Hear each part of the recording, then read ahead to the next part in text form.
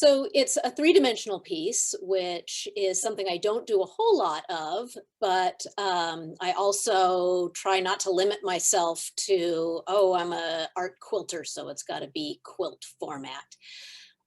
It is supposed to be look like a village, but it is in and sort of attached to a shopping cart because I wanted to tell the story of um, movement, my migration, change. It's a lot about the migratory or ever changing aspects, nomadic aspects of being a military family.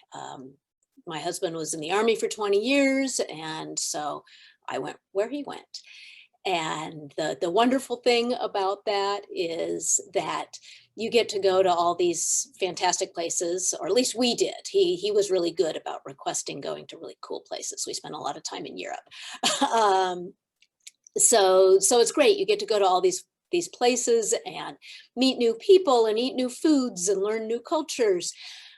But then you have to move. And so that kind of sucks.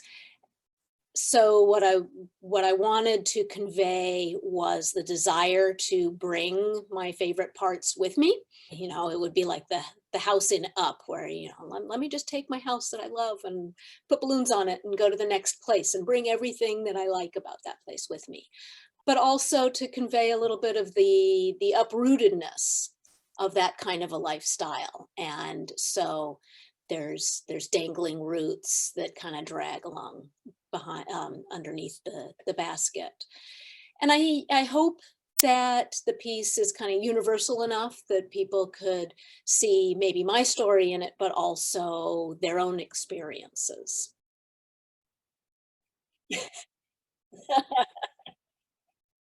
That's my aspirational poster. Suck it up and drive on is a military saying, and or at least that's where I learned it. And it's basically, you got to do stuff you don't want to do, and bitching about it or complaining about it is not going to change anything. You know, you got to do the ruck march, and complaining about how the ruck march sucks isn't going to change the fact that you got to do the ruck march. Or in my experience, your life partner is going to deploy and be gone for 6 months or 12 months or 15 months, and that's going to suck, but you got to just keep going. So suck it up and drive on. And that piece has, again, trying to tell the story with the fabric. That I like using the fabric because of the kind of inherent metaphors. And so the center of that piece is what's known as a wooby, which is the inside of a poncho. The army poncho is like waterproof on the outside, and then it's got this really soft, silky, zip out quilted inside. And so a lot of times the soldiers take that silky poncho liner, and it's basically like a security blanket. So my husband was very nice, and he let me cut up his whoopee.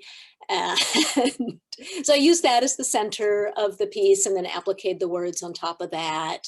And then it's surrounded by patchwork and applique that's kind of Americana and patriotic. There's some Dresden plate blocks that were given to me by a friend that I met in our travels. So again, bringing the inherent history of the fabrics and the connections that we make, and all those fabric-y kinds of metaphors about threads and weaving and togetherness and stitching a life and all of that. So all the fabrics in that piece are have had a previous life. Most of them are clothing. Some of them are like tea towels and other like household textiles. And I wanted the fabrics to represent basically the clothes off our backs. So really have a connection to people. And then the shapes are guns, and they're tessellated, so they all fit in together, because that's how quilts work, is all the pieces fit together. And it's a flag because it's our American identity. Our identity is really wrapped up in guns and gun culture and this gun fetish. And my intention is to draw attention to how much our identity as Americans is connected to guns, and with the hope that people would maybe try to maybe distance from that identity, that identity isn't great. But I also know that there are some people who are kind of like, oh, yay, yeah, I see myself in that.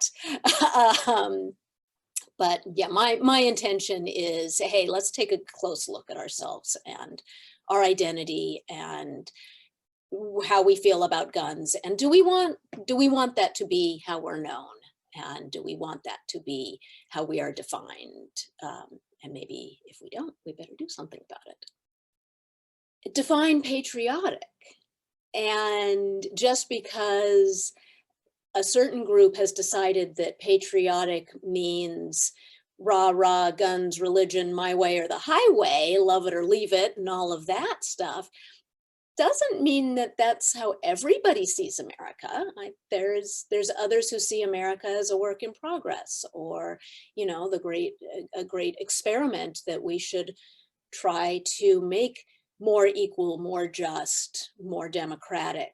So my work is patriotic, and that if you read it one way, yeah, it's subversive, but I think you can also read it as just a different kind of patriotism. Patriotism like the way you love your family. You love them, but maybe they could do a little better.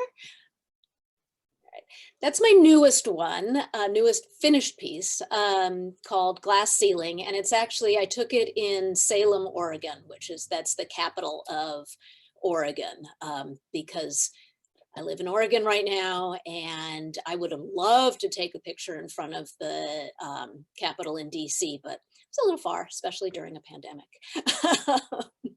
Wasn't going to go that far for my art. So that piece, I had the idea for it in 2016. Really excited that maybe we could have a female president, break a glass ceiling, and then we didn't, and that was pretty crushing, and so I put it away for a couple of years. But then with the beginning of the 2020, the run up to the 2020 election, I got kind of excited again. So the center of the quilt is the glass ceiling, broken, and then it's surrounded by the cathedral windows blocks, because again, I liked that glass window looking forward metaphor, not too religious, but if you wanted to add that, if that works for you, that's great too. And then there's little corners that have Hillary Clinton's logo, little H with the arrow as a reference to her.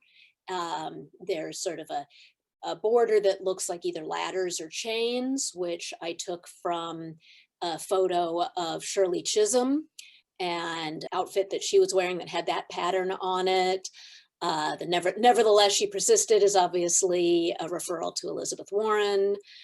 And then the outer border has a rip through it, which is a reference to Nancy Pelosi ripping up Trump's State of the Union.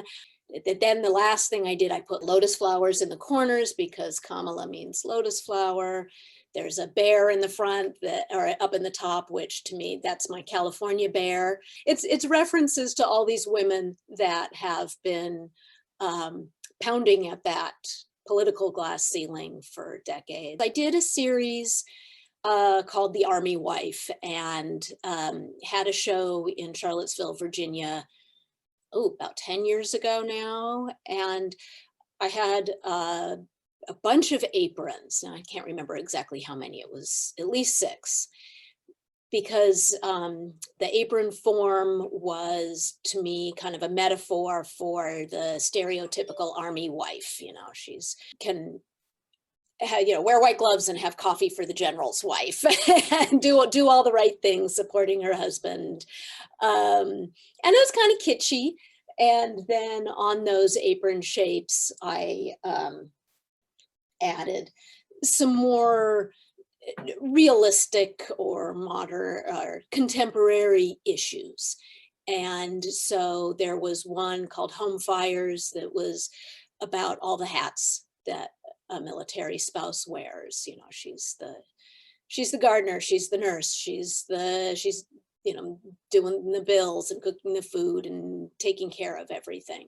I see my work as hopefully a conversation. And even if you're not talking directly to me, you're maybe talking to yourself or you're talking to the person next to you.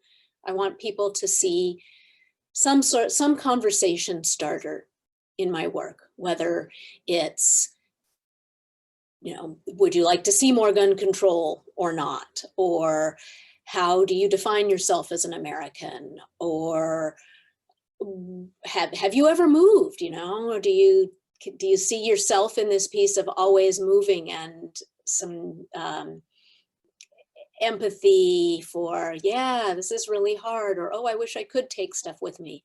Or have you never moved and can compare, oh, things I take for granted, maybe somebody else doesn't experience that.